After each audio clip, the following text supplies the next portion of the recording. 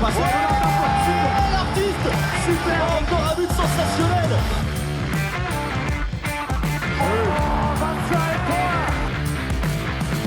That's a brilliant bit of follow-up play by Mahe.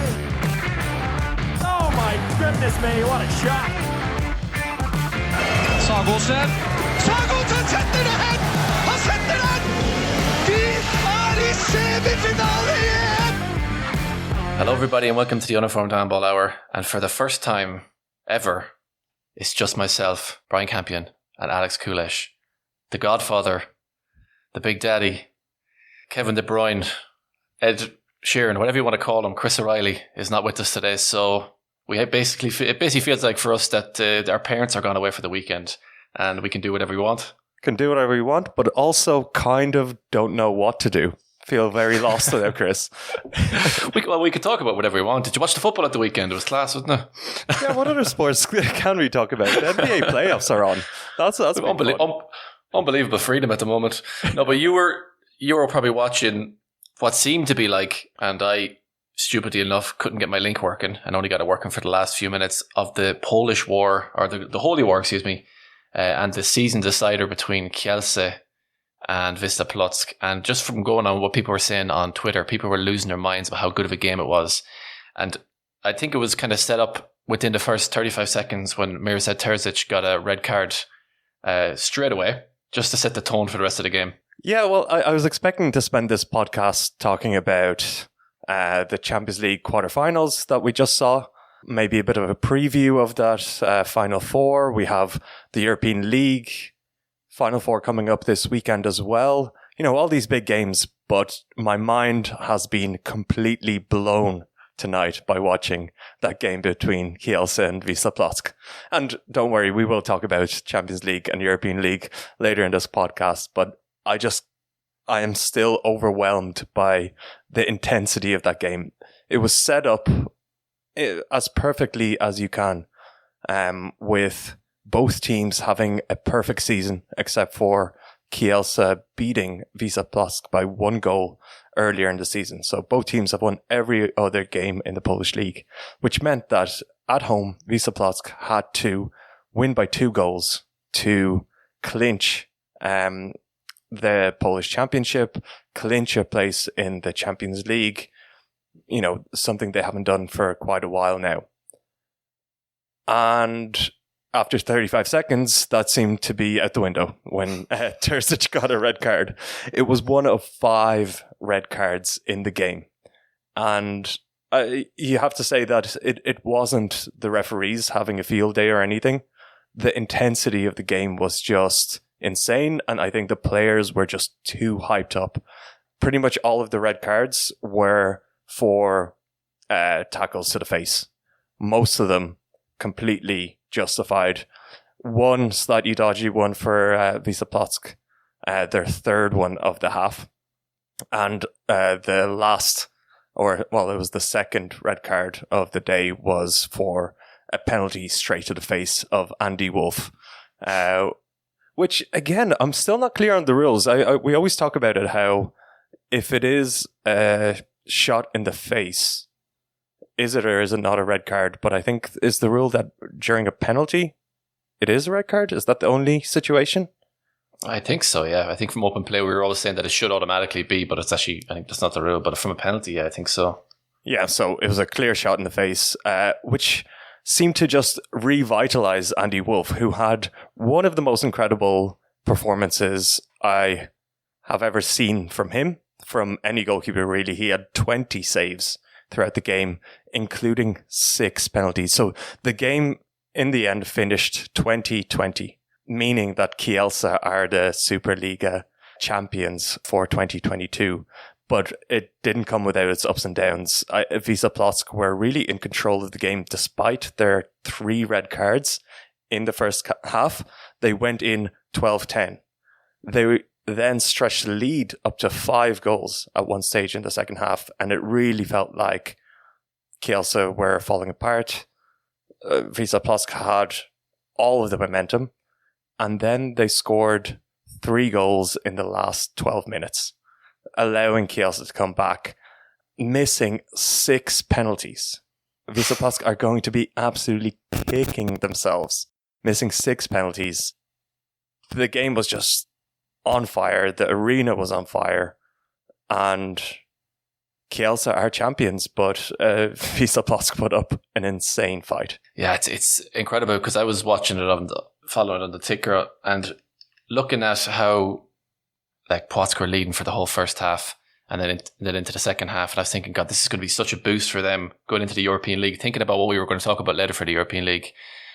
And then when you hear those numbers about missing 6 penalties and 20 saves, it should have been even a non-contest if Wolf wasn't playing up to his best. So it's probably a big day for Andy Wolf as well, because he's over the years he's been under a lot of criticism with some of his performances in the big matches for Kielce. And that's a huge one now for him also then with eyes on the Final Four in Cologne. In terms of momentum, I was thinking it's hard to pick a side who has the most momentum going into the Final Four, but that's a huge then boost for Kielce here on out. I think so. And I've been kind of noticing Andy Wolf getting back into form. And even though his numbers, let's say in save percentage, haven't been, right at the top, he hasn't been breaking 40%, getting to 50% on a regular basis, but it's his, I suppose, demeanor. His general demeanor has been much better. It's more confident, and he's been making the tough saves continually and just gathering in form. And I think that's absolutely crucial for Kielce going into the Champions League Final Four later, in the middle of June. A big, massive blow then for Płock is for Nico Minigeda, who I think it was his ankle or his knee that he injured and he had to go off. It looked like his knee, and it looked like a pretty bad injury. I think that was a bit of a turning point in the game as well. I think Minigeda has been an absolutely crucial part. He makes that Płock team tick. He is their main playmaker. Everything goes through him. And I think losing him was just difficult for Plots to take, and it is a huge blow. But there was a pretty incredible moment when he did get injured. So, the scene was these two huge rivals are playing against each other for the Polish Championship. They hate each other. There's already been 5 red cards.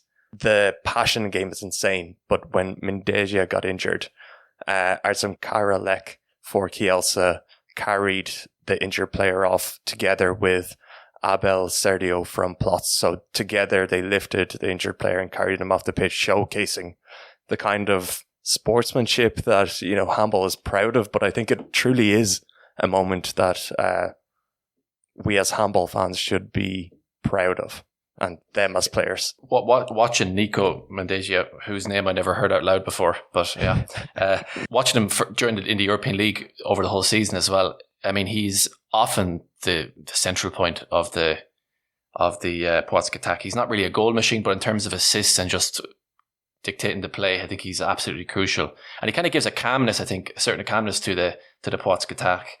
So he's going to be obviously a huge loss. But what's your gut feeling now for Płock when they've lost this? I mean, it couldn't have been closer. They've really left everything on the court there now. But will they walk away damaged from this, or will they tomorrow wake up going, okay, look, we pushed Kielce, who have arguably been the best team in the Champions League as well, so hard, and that would give them confidence then going into the European League Final Four, thinking, maybe we can do one better this year and get to the final? I think they are going to be distraught, and they're also going to be destroyed physically, because that's the type of game it was. It was physical. It was hard. They put in 100% of their effort into that game. And I think it's going to take them a couple of days to even, unless, they are professionals, they're going to talk about moving on straight away. But I don't think you can move on from a devastating loss like that, as well as losing your main playmaker. So it could have gone completely different, but it goes to that saying of, the Final Fours, when you lose on the Saturday, you can't get up in the morning. If you win, you're ready to go, ready to play 60 minutes. And I think this is just a longer term version of this. It's going to be tough for Płock. Yeah. Yeah, because that's a really, really quick turnaround as well. I mean, if you think it's Tuesday night tonight, they've Wednesday, Thursday night, and I don't know when they were going to be they put the travel into that as well to Portugal. That's a crazy turnaround to then go play 2 matches. Yeah, that's tough. Yeah, absolutely. And they were really trying to find a date for this game between Kielce and Plock because of the different Final Fours and the different big European games. So this game has been moved around a lot. And in the end, it was Plock that kind of pulled the short straw there. And it's going to be tough for them. It's going to be tough, right? So should we maybe, instead of maybe reviewing each of the quarterfinal games, maybe we'll use the draw in the Men's Champions League today to maybe indirectly talk about what we've seen so far in the Champions League and then to talk about what we make of the pairings. We have THW Kiel versus Barca and Veszprem versus Kielce. And I think everyone, I mean, it was kind of almost impossible to have a bad draw. But the fact that we have a repeat of the 2020 final with Kiel versus Barca, and then we've the revenge match possibly for Veszprem versus Kielce from that 2016, probably the most memorable handball match ever. I think nobody is walking away from that draw disappointed. I'm licking my lips right now. Those are tasty, tasty matchups. I did say before the quarterfinals that, oh, what a good final Kielce versus Barcelona might be. So it's still set up for that. But after seeing those quarterfinals, I also don't think it's as straightforward. I suppose in review, I was really impressed with how Kiel got past PSG. You know, looking at the second legs of those quarterfinals, you said going into them that 3 teams had both legs in the final 4, and that's what really happened. Yeah, so we had Kiel obviously scraping through just by the 1 goal. Then we've Barca, who progressed on an aggregate score 60-53. Then we had Kielce, who absolutely hammered Montpellier in the second leg 30-22, so they went through 61-50. And then we had Veszprem beating Aalborg 71-66. It was pretty straightforward overall. The Aalborg, they did manage to beat Veszprem. They bet them by 2 goals despite having 6 players injured in that game. They were relying on scraps, pretty much Felix Klar to do anything, and their wingers. But it wasn't enough. Veszprem were quite comfortable. It was really that Kiel PSG game that was the big one. Again, I could just watch Kiel play PSG for every week. Let's just set up a whole season of Kiel versus PSG. I'm up for it. Yeah, it was definitely the absolute highlight, because I mean, it was actually quite disappointing the return leg in Poland with Kielce Montpellier. I kind of expected a little bit more from Montpellier, but I was there in the arena obviously as well, and it felt like I was at the Final Four already. The setup and the show they had beforehand, and there was fans in the arena 30 minutes before the game, and you don't normally see that. You normally see fans coming in maybe 10 minutes before throw off, and they were there for the full warm up, chanting and singing. And that's a very, very difficult hall to go to. And just everything that Kielce as a club are putting into everything in and around the game as well. You really feel like they're moving places. And with Bertus, with all his crazy transfer fees and signing 4,000 players for next season and maybe possibly loaning them all out, who knows what he's going to do. But it's definitely a very exciting time today. With that win also in the Cup is going to give them a huge boost. So I don't know what you think now, but out of all the 4 teams, would you say it's almost impossible to pick an outsider for the first time in a very, very long time? But I imagine that Kielce will be going in as slight favourites. It's hard to look past Barcelona as favourites. I suppose they are missing Fabregas, which is a big loss. But I think, Kielce have a lot of momentum right now. They're playing incredible handball. Although they didn't look that great against Plock today. They really didn't. They were truly shut down, but I think that's a unique game in itself. Again, was impressed by Kiel, who, despite Sagosen having an off day, got through. They really banded together as a team. They lost Hendrik Pekeler, which is a huge, huge loss for them. He got an Achilles injury. I don't know the severity of it, but if it's a torn Achilles, we could be looking at a significant layoff, and it's a real pity because he is the driving force. But they do have Paddy Vinček as a replacement, who was an absolute bull against PSG. He really did everything. In attack, he dominated. In defense, he just smashed people for 120 minutes. I was really impressed by Vinček.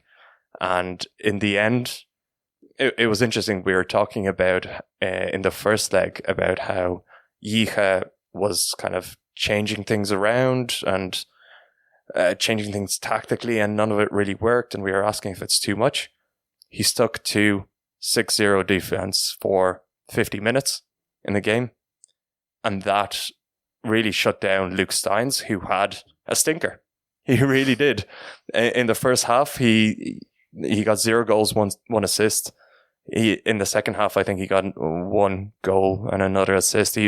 They were able to shut him down.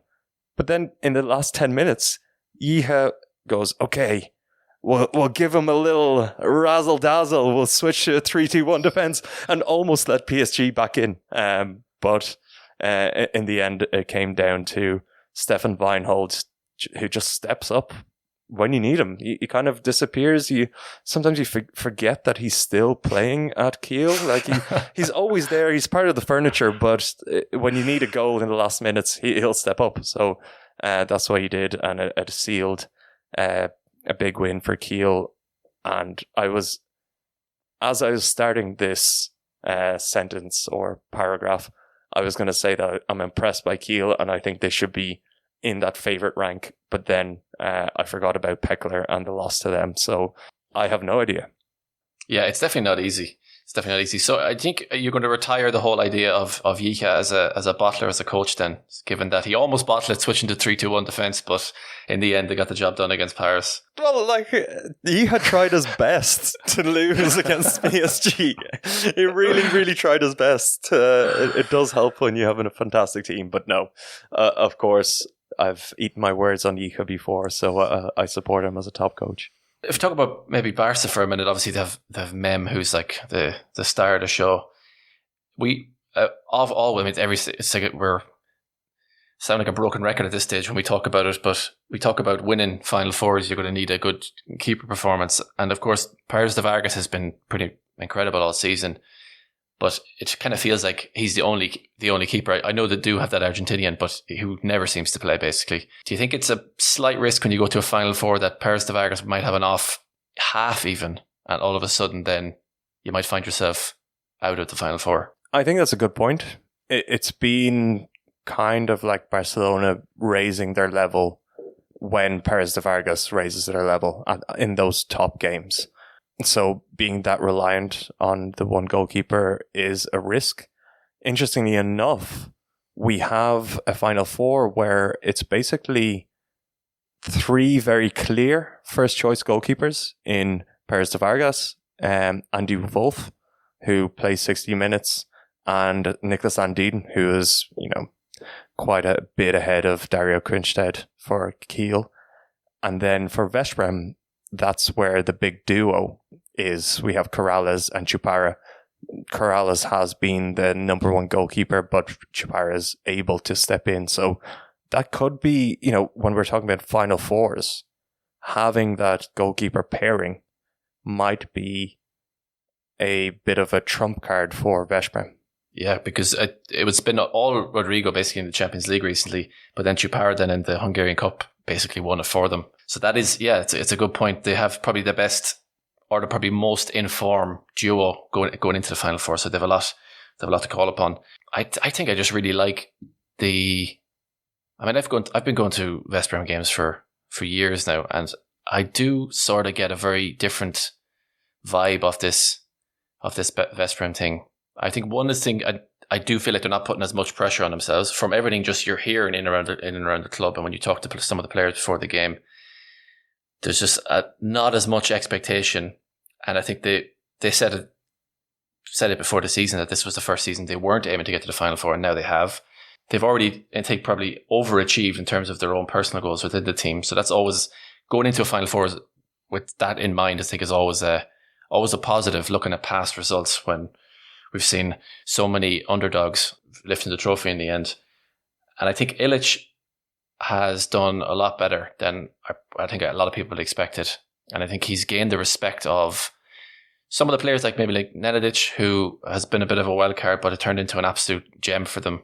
When you think back to his days at Fuchs Berlin, when it looked like he really was just playing for himself, and you were going to EHF Cup finals, and he was off sitting on his own, doing his own thing, and all the players would be doing something else. So I think he's developed also, and he's really kind of fed into the team.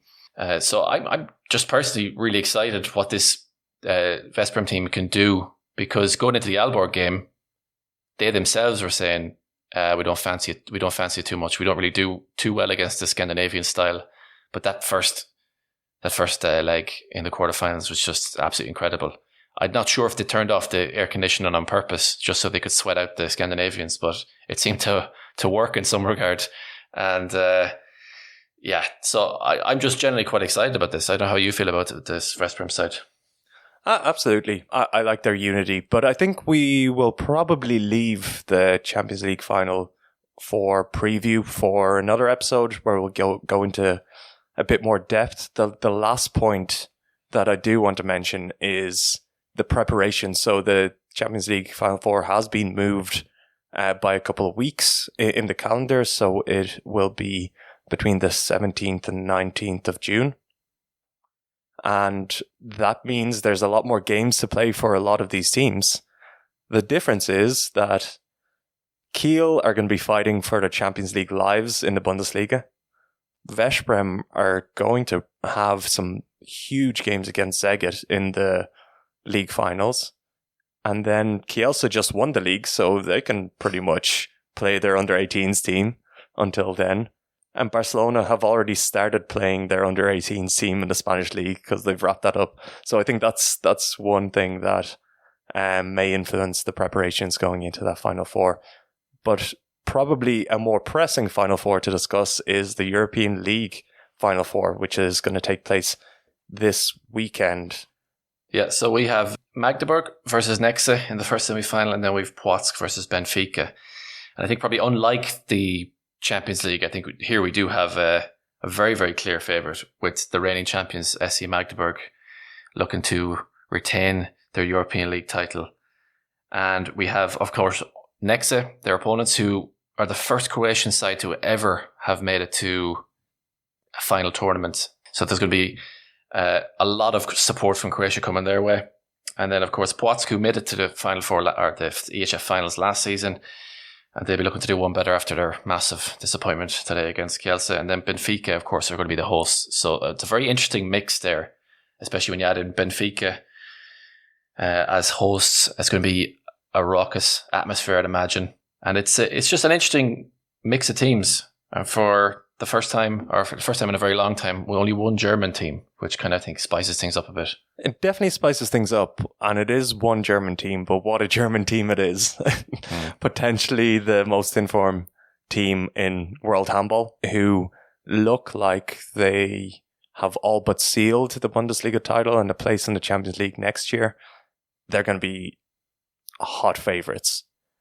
I think it really comes down to whether Benfica can harness the home crowd energy. If that is going to materialize, it's a huge arena that they're playing in. The Altice Arena in Lisbon with a capacity of 15,100. Let's see how many of them seats that they can fill. I think we have seen Portuguese handball fans really turn up for the big games. So I think it's very possible that can be a sea of red for the weekend.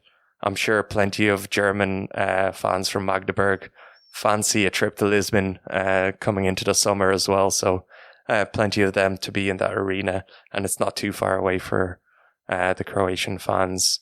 So, if Benfica can harvest that home energy, we could see something special here. But for me, it's really difficult to look past Magdeburg. Yeah, I was thinking in every way possible how Nexe could put it up to Magdeburg, but taking into consideration that they've lost to them already twice this season pretty clearly, and I think maybe at this stage Magdeburg might have figured out the whole Jaganic threat, and I think Orca Nexa maybe are a little bit one-dimensional in that regard.